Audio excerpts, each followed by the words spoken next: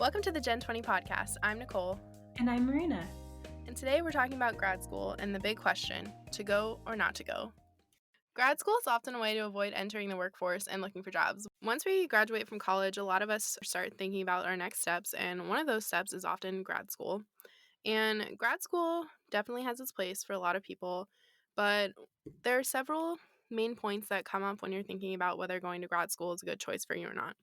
Yeah, I would say, often grad school is a way to avoid entering the workplace or to avoid looking for jobs. I remember when I was a senior in college and I was frantically looking for jobs, I had a few friends who were pursuing grad school because they knew they wanted a job that required higher education or they wanted a job in higher ed. But I had one or two friends who were kind of on the path of, oh, well, I'm not ready to be working, so I'm going to keep going to school and I'm just going to get a master's in something. And that's just a very unique perspective to take. Yeah, I also know people and know of people who they just didn't want to look for jobs or enter the workforce. So to them, grad school was a way of delaying entry into the workforce. And I think on the other side of the same coin, maybe some people see it as an extension of time to help them find out what they want to be doing. Like maybe they're not sure yet, and they think that going to grad school will help them find that. And that might be the case for some people, but there's also other aspects to that you have to think about when you're deciding if it's the right choice for you. So one big part of that is the cost of grad school and how you'll offset those costs. Yeah, and you really have to ask yourself the following three questions. Will going to grad school help me achieve my career goals? Can I get these skills in any other way outside of grad school? And does going to grad school make financial sense? Is there return on investment? So, for example, I went to grad school. I have my MFA or Master's of Fine Arts in creative writing. And I chose to go back to grad school when I was 24 or 25 after working, in the quote unquote real world for several years. And I sat down and asked myself those questions. I was trying to figure out, I was working in customer service. I knew I wanted to be in a more creative job. And I couldn't get my foot into the door of the industry I wanted to be in with the background and experiences I already had. And so as I was looking for jobs, I started researching programs and realized that not only would I get the skills out of the program that I was looking for to help me get the job I wanted, I would also be gaining kind of the community and network that would allow me to further strengthen my prospects. So grad school isn't just a piece of paper, it's a whole experience, and you have to look at it like more of a holistic view. Mm-hmm. And I was also able to do this program without going into debt. That was the number one advice I got when I talked to professors. They said, for MFAs in writing especially, you don't want to go into debt because it can be so hard to make that money back. Like, writing is not necessarily the glitz and glamour of the financial world. So you have to be thoughtful in that. And so I lived at home while I went to school, and I worked part-time and was able to do it without taking on debt. So I could transition into jobs afterward with that sense of comfort that I'm not spiraling into thousands and thousands of dollars of repayments. Mm-hmm. So, and for you, instead of necessarily being the skills, it was about the network and helping you achieve your career goals. And that was really the driving force behind your decision to go to grad school? Yeah, exactly. So obviously you do not need a master's degree to write books. But for me, I needed this. I needed the structure of the program. I needed the time the program allowed me to work on my writing. And I needed that community. I didn't have writer friends to bounce ideas off of or to learn from. So I was really just reading a lot and writing, which is the number one way to become a better writer, but I needed more. And it's all personal. Like, I couldn't have gotten where I am now without this degree because it took me, I'm from the East Coast. My degree took me to California for the program. And then I stayed and got a job at a really big content company and learned so much from it. But I would never have gotten there without that program. So yeah, I guess you could just say that, like, that path, like, you wouldn't have gone down that path, which is where you wanted to be without having to go to grad school. exactly. I knew I wanted to be a writer. So I was working in New York in the publishing hub and couldn't get my foot in the door. I hadn't found the right community. I couldn't I couldn't figure out how to network there. It was so isolating. But going to grad school where I was surrounded by writers and all we did was talk about writing and reading, I made these connections and learned how to open myself up to building a community and learned how to participate in a community that then became my network as I learned what I wanted to do and how to start getting a job after I graduated. I think that makes a lot of sense, especially given your industry. I think that there are so many different ways and different paths people can take through and into all kinds of industries. So it's not necessarily to say that you have to go to grad school to do that. But in Marina's case, that's what she felt she needed to do because she wasn't finding the networking community for the path she wanted just through the workforce and job experience. And for me, that's completely opposite. I graduated with my Bachelor of Science in Psychology, and I was tired after undergrad.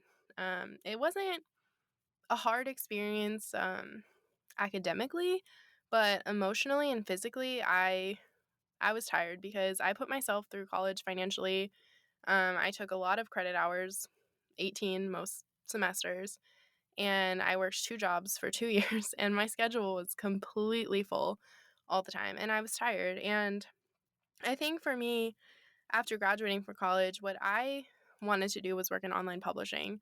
I wanted to create my own space to share my own thoughts and thoughts of my peers, and that's what I did, and there were times early on in my career where I thought about going to grad school and I thought, maybe an MBA would be the path for me.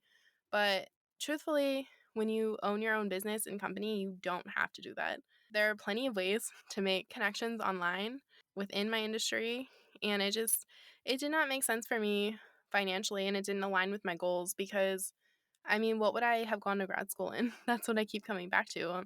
Like entrepreneurship, you don't need to get a degree in entrepreneurship. You need to start your own business is what you need to do. Yeah. And there are other skills that go into that, like marketing. Um, that might be worthwhile skills for you to learn, but again, you don't need to go to school, in my opinion, to learn that. So I think that ultimately it really depends on your career goals. It really depends where you are financially and what you stand to gain ultimately from going to grad school. And it's a really personal decision where there's not, again, necessarily a right or wrong answer, but you need to look at where you are in your career, where you want to be in your career, and ultimately how going into a specific program is going to alter your career. Exactly. And like no one else can make this decision for you. And I know right now, 2020 is kind of a crazy ride. So we're kind of facing a recession, looking at a lot of changes in the job market and probably school. Like if you go to, if you're in college now or you're looking to go back to school, you kind of have to realize, okay, in the next year, it might be online classes, which Yeah, all distance learning. yeah, all distance learning. And my program was basically remote. We had all of our classes, half of my classes were online, and the ones we had in person, we met twice a month and then did the rest of the work behind the scenes online. So it was kind of a hybrid program anyway. But that can be a really hard way to learn. So you have to kind of figure out if that's even your learning style. But I was talking to my mom recently, and she has an MBA that she got right out of college, and I was asking her, like, why did you decide to go to grad school so quickly? And she said it was because she was graduating in 1981. They were in the recession, and she'd been applying to jobs in grad schools concurrently. And when she was ready to graduate, she didn't have job offers, but she had gotten into a grad program. So her options were kind of Do I continue my education and hopefully be even like stronger of a candidate when I come out, or do I keep searching for a job while I'm not working, while I'm not in school, and just hope that it works out? And so again, it's going to be about what weighing your own options. What do you really want? She knew she Mhm. wanted went to school in a small town. She didn't want to stay in the small town. She wanted to live in a city. She wanted to be able to travel. She wanted to be in a professional setting that would provide her kind of the life she was looking to create. And so going to grad school helped her do that. Mhm. And what year did you say this was? 1981. Yeah, so I think that's a really interesting call out because I think that decision she was being faced with then is still something a lot of us are being faced with now. And I mean, it's probably a whole nother topic of conversation of how things are different in the 80s than they are right now. But just to think about that, even graduating then, it's like you might have still needed uh, even more education to prove yourself as valuable. Um, and I think another thing is if whether you're listening to this while you're still in undergrad or maybe you're a few years out of undergrad, I think one really important thing that more of us need to do that not enough of us do is to think of our first 4 years of college as the first 4 years of your career. Exactly. Hmm. Exactly that. And I wish I had had that advice when I was in college, because I did not, I didn't start, I don't think I began thinking about a career until I was halfway through my junior year of college and realized I wanted to have a summer internship and Hmm. scrambled to find one. Yeah, and it really you're really aligning yourself for your post grad options your freshman year of college. And that doesn't mean that your junior year, senior year, if you haven't done that, it's all hopeless. It's not true.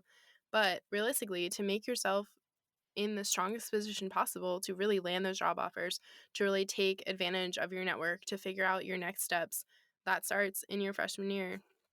And I think that really honing in on what it is that you want to do, and most specifically, the skills that will be most valuable to you. Because at the end of the day, it's what you're leaving is with your skills and your network. And yes, I think degrees do have some importance, but really it's a piece of paper. And what you can do and what you can prove that you can do is really what's most worthwhile. Definitely. Definitely. And kind of the way to do that with or without grad school is to be a lifelong learner. You have to keep curious, explore your world, explore, read, listen to podcasts, take on adventures, do things. Talk Don't to just people, have yeah, informational interviews, get out there, put yourself out there, and don't be afraid of hearing no because you're going to hear no, and that's okay. But just continue to pursue knowledge in your chosen field. And I think that's ultimately the most important thing you can do. And sometimes that is in the form of grad school, and sometimes it's not. definitely. And now I'm a full-time writer, and I read nonstop, and it's the best thing because it's work. I'm doing work when I'm reading, and that makes me so happy. And to be continuing to learn and grow even outside of grad school is the greatest joy. Hmm. Yeah. And I mean, I built my own six-figure business. I have written a book, which actually, the day of recording this, is 2 years old today. Shout out to Which that book. yeah, thank you. Just very exciting. And I didn't need to go to grad school to do that, but I did need to learn applicable skills to my field, and I'm still doing that. Like, I'm starting to work with a coach and I'm starting to focus on new things I need to do to build and scale my business. And I really think that that's what you need to focus on, is where you want to grow your career to, and whether or not ultimately if grad school is a tool for you to do that. All right, guys. So we're going to leave you with that. And for this episode about going to grad school or not, ask yourself, how do you want to grow? How do you want to learn? And start with that.